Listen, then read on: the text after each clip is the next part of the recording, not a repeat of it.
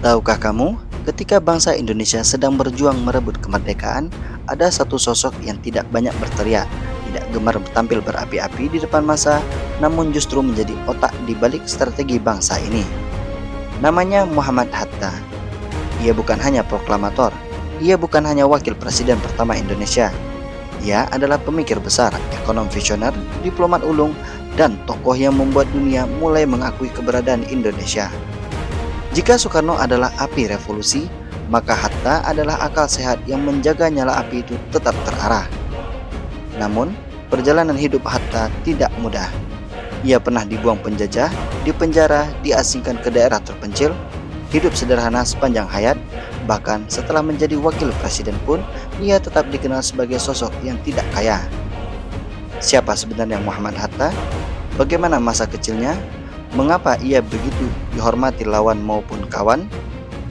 Dan mengapa hingga hari ini namanya selalu dikenang sebagai salah satu tokoh paling bersih dalam sejarah Indonesia? Inilah kisah lengkap Muhammad Hatta, otak di balik kemerdekaan Republik Indonesia.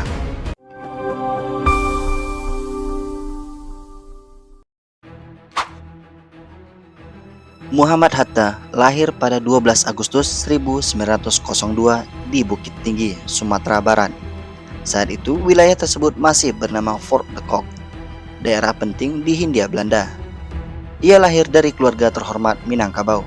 Ayahnya bernama Muhammad Jamil, sedangkan ibunya bernama Siti Saleha. Namun sejak kecil, Hatta sudah menghadapi cobaan berat. Ayahnya meninggal saat ia masih bayi. Karena itu, Hatta tumbuh dalam lingkungan keluarga ibunya, dibesarkan dengan nilai disiplin, pendidikan, dan agama yang kuat.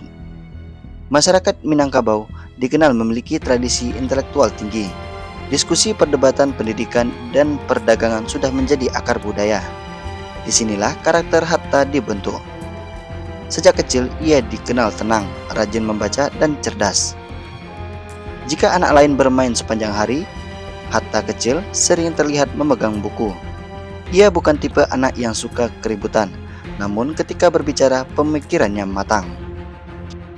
Hatta masuk sekolah dasar Belanda, ILS, atau sekolah khusus dari Belanda.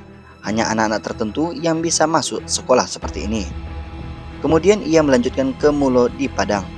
Di sekolah, Hatta dikenal sangat pintar dalam pelajaran ekonomi, matematika, dan bahasa.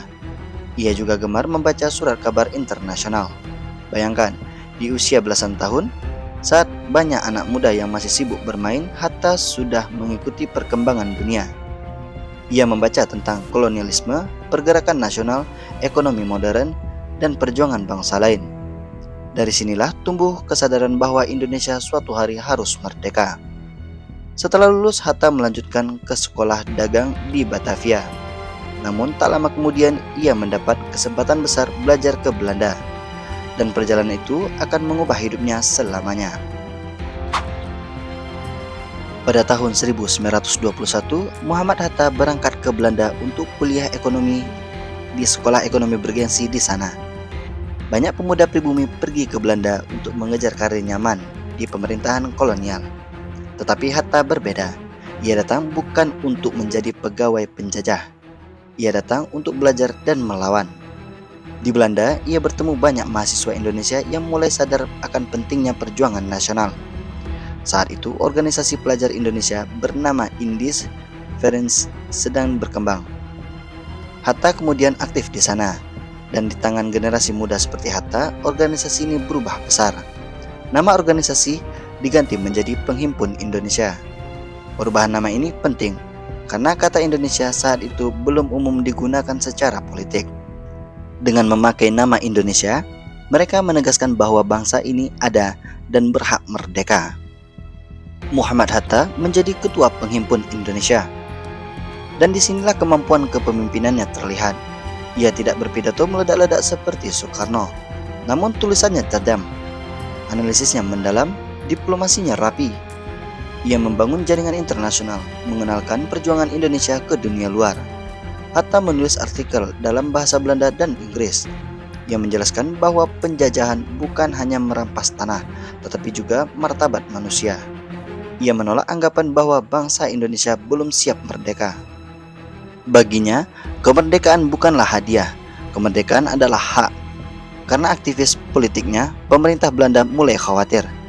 Hatta dianggap berbahaya, bukan karena membawa senjata, tetapi karena membawa ide. Dan ide seringkali lebih menakutkan daripada peluru. Pada tahun 1927, Hatta ditangkap pemerintahan Belanda bersama rekan-rekannya. Ia dipenjara dan diadili.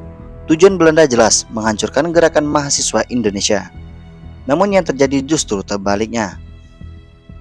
Di pengadilan, Hatta membacakan pidato pembelaan legendaris berjudul Indonesia First atau Indonesia Merdeka.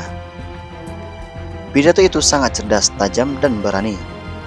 Ia menjelaskan bahwa perjuangan kemerdekaan adalah gerakan sah dan adil. Ia membongkar kebohongan kolonialisme. Hakim, wartawan, dan publik Eropa terkejut melihat kecerdasan pemuda di tanah jajahan ini. Hasilnya, Hatta dibebaskan. Pada tahun 1932, Hatta kembali ke Indonesia. Saat itu semangat nasionalisme sedang tumbuh. Namun Belanda juga represif. Tokoh-tokoh pergerakan diawasi ketat. Hatta langsung aktif dalam perjuangan politik. Ia bergabung dengan Organisasi Pendidikan Nasional Indonesia. Ia berfokus pada pendidikan politik rakyat. Menurut Hatta, bangsa yang ingin merdeka harus cerdas. Rakyat harus memahami haknya, harus mengerti ekonomi, harus punya disiplin. Ia tidak suka politik kosong tanpa isi. Bagi Hatta, perjuangan harus dibangun dengan pikiran sehat. Belanda kembali takut. Pada tahun 1934, Hatta ditangkap tanpa pengadilan dan dibuang ke Boven di Goel, Papua. Daerah terpencil, panas, berat, dan terkenal sebagai tempat pembuangan tokoh pergerakan. Banyak orang hancur mental di sana. Namun Hatta tetap tenang. Ia membaca buku, menulis, dan berdiskusi. Bahkan di pengasingan ia terus belajar. Kemudian ia dipindahkan ke Banda Neira bersama Sultan Syahrir. Di Banda Neira, dua tokoh besar itu hidup sederhana. Mereka mengajar anak-anak setempat, membaca buku, menyusun gagasan masa depan Indonesia. Penjajah bisa mengurung tubuh mereka, tapi tidak bisa mengurung pikiran mereka. Pada tahun 1942, Jepang mengalahkan Belanda dan menduduki Indonesia. Banyak tahanan politik dibebaskan termasuk Hatta. Jepang kemudian memanfaatkan tokoh nasionalis seperti Soekarno dan Hatta untuk menarik simpati rakyat. Situasi ini rumit. Sebagian orang menuduh para tokoh bekerja sama dengan Jepang. Namun Soekarno dan Hatta melihat kesempatan. Belanda sudah tumbang. Rakyat mulai bergerak, organisasi massa mulai terbentuk. Semangat nasional mulai kuat. Mereka memanfaatkan ruang sempit itu untuk menyiapkan kemerdekaan. Dan Hatta berperan penting dalam perencanaan politik menuju Indonesia merdeka.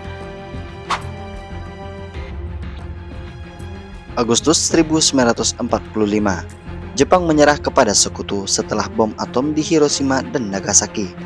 Terjadi kekosongan kekuasaan. Golongan muda mendesak Soekarno dan Hatta segera memproklamasikan kemerdekaan tanpa menunggu izin dari Jepang. Terjadilah peristiwa Rengas Dengklok. Soekarno dan Hatta dibawa para pemuda agar segera mengambil keputusan. Di tengah situasi genting, Hatta tetap tenang. Ia memahami bahwa kemerdekaan harus diumumkan dengan strategi matang agar tidak gagal. Setelah negosiasi panjang, akhirnya disepakati proklamasi dilakukan di Jakarta. Malam 16 Agustus hingga dini hari 17 Agustus 1945, naskah proklamasi dirumuskan dan Muhammad Hatta ikut menyusun kalimat bersejarah itu. Pagi hari 17 Agustus 1945 di Jalan Pegangsaan Timur 56 Jakarta, Soekarno membacakan teks proklamasi. Di sampingnya berdiri Muhammad Hatta. Dua nama tercetak di bawah teks, Soekarno, Hatta. Dua tokoh berbeda karakter, satu berapi-api, satu tenang dan rasional. Namun keduanya bersatu demi Indonesia. Tanpa Hatta, proklamasi mungkin tidak tersusun secepat dan sekuat itu. Tanpa Hatta, fondasi pemerintah awal bisa kacau. Ia bukan sekedar pendamping, ia adalah arsitek negara. Sehari setelah proklamasi, Muhammad Hatta dipilih sebagai Wakil Presiden Republik Indonesia yang pertama. Tugasnya luar biasa berat. Negara baru lahir, belum punya uang, belum punya tentara resmi, belum punya birokrasi stabil. Belanda ingin kembali, sekutu datang, situasi kacau. Dalam kondisi seperti ini, Hatta bekerja membangun struktur negara. Ia membentuk kabinet, mengatur administrasi, membangun hubungan diplomatik. Menjaga ekonomi tetap berjalan, ia sering menjadi penyeimbang dalam pemerintahan. Jika Soekarno membakar semangat rakyat, Hatta meyakinkan dunia.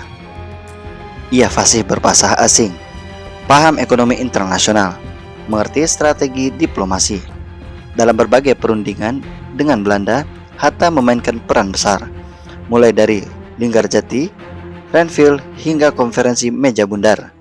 Ia tahu kapan harus keras, kapan harus kompromi, kapan harus menunggu. Karena itu banyak pihak luar menghormatinya. Belanda pun tahu Hatta bukan lawan yang sembarangan. Selain politik, Hatta sangat peduli ekonomi rakyat. Ia percaya kemerdekaan politik tidak cukup. Kalau rakyat miskin, maka kemerdekaan kosong. Karena itu ia mendorong sistem koperasi. Menurut Hatta, koperasi adalah ekonomi gotong royong. Rakyat kecil bisa kuat jadi bersatu.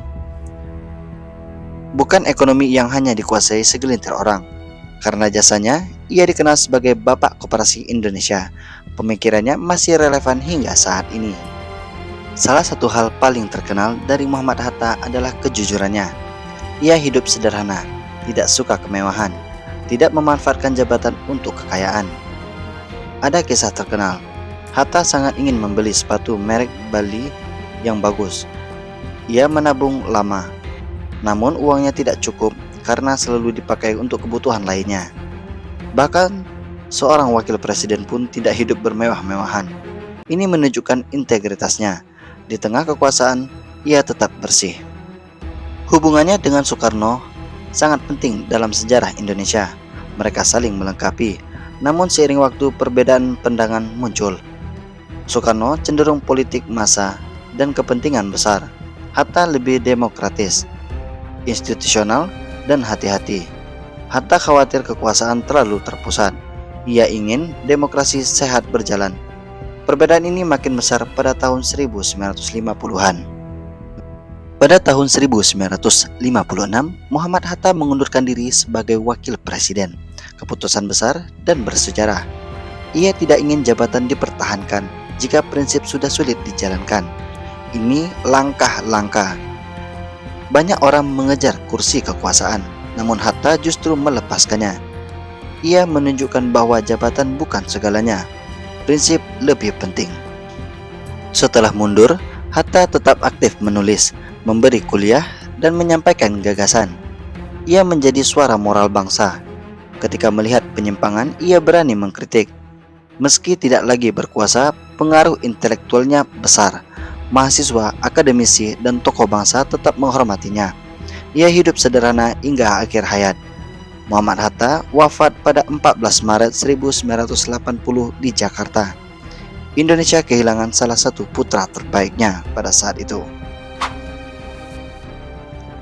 Warisan Hatta bukan gedung megah, bukan harta berlimpah, tetapi nilai. Nilai kejujuran, nilai disiplin, nilai kecerdasan, nilai demokrasi, nilai ekonomi kerakyatan, dan cinta tanah air tanpa pamrih. Di era modern, sosok seperti Hatta terasa makin langka. Ia membuktikan bahwa pemimpin hebat tidak harus paling keras suaranya, kadang justru yang tenang, paling dalam pengaruhnya. Muhammad Hatta adalah bukti bahwa sejarah tidak hanya dibentuk oleh pidato besar dan sorak massa.